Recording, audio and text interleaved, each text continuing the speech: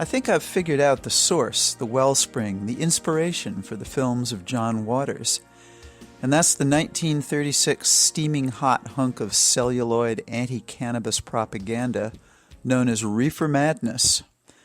I love John Waters. I think he's the absolute ultimate iconoclast. Nobody makes ferocious fun of American convention, manners, morals, and culture the way he does.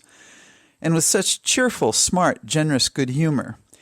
Yeah, I know, most people think Waters is a direct artistic descendant of the big daddy of So Bad They're Good flicks, Ed Wood, the 1950s producer-director of what you couldn't really even call B movies, right down to the pencil-thin mustache.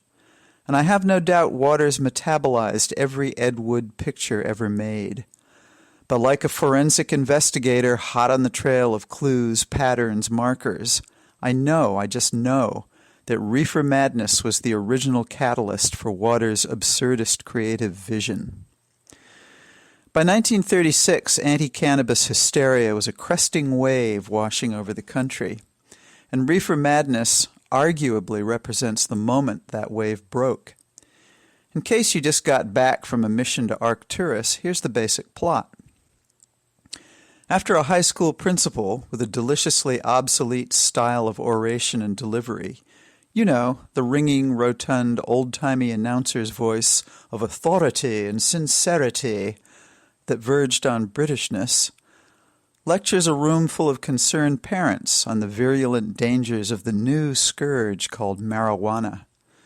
The action cuts to what looks like actual 20s or 30s footage of constables inspecting a grow in a vacant city lot, of some of the most sparse, tragic, raggedy-looking specimens of devil weed you ever saw. We've come a long way, baby, at least when it comes to cultivation. Next, wholesome sweater vest and frilly dress-wearing high school kids are lured to dope parties by a smooth-talking gangster-type individual in suit, tie, and fedora. Nobody ever asks the youngsters for money. Plainly, the only payment this no-good-nick craves is the ruination of promising young lives. Pianos play a major role in this drama. At every turn, it seems, there's a leering piano player pounding away on the keys, grinning and twitching, head wreathed in clouds of smoke, accompanying a room full of wildly dancing couples, all of it frenetically speeding up as if everyone had just ingested angel dust. And let me tell you, the dancing is about as far from Soul Train as you can get. It's as pathetic as the plants in that city lot. Obviously, no dance coach ever got near the set. Can you say low budget? Add alternately wooden and overwrought acting and ridiculous dialogue, and you've got the gist. Nevertheless, we all know where wild dancing leads, however rhythmless and idiotic. And sure as shoot, there follows a cascade of interlocked disasters. First, there's maniacal crazed laughter. Then there's vehicular hit and run, loss of virginity, attempted rape, murder, lies, and cover-ups, an innocent youth just barely escaping the hangman's noose, a suicidal girl smashing through a window and plunging to her death, a once suave reefer smoker driven to psychosis, sentenced to life in an institution for the criminally insane. Here's a fun and pertinent fact.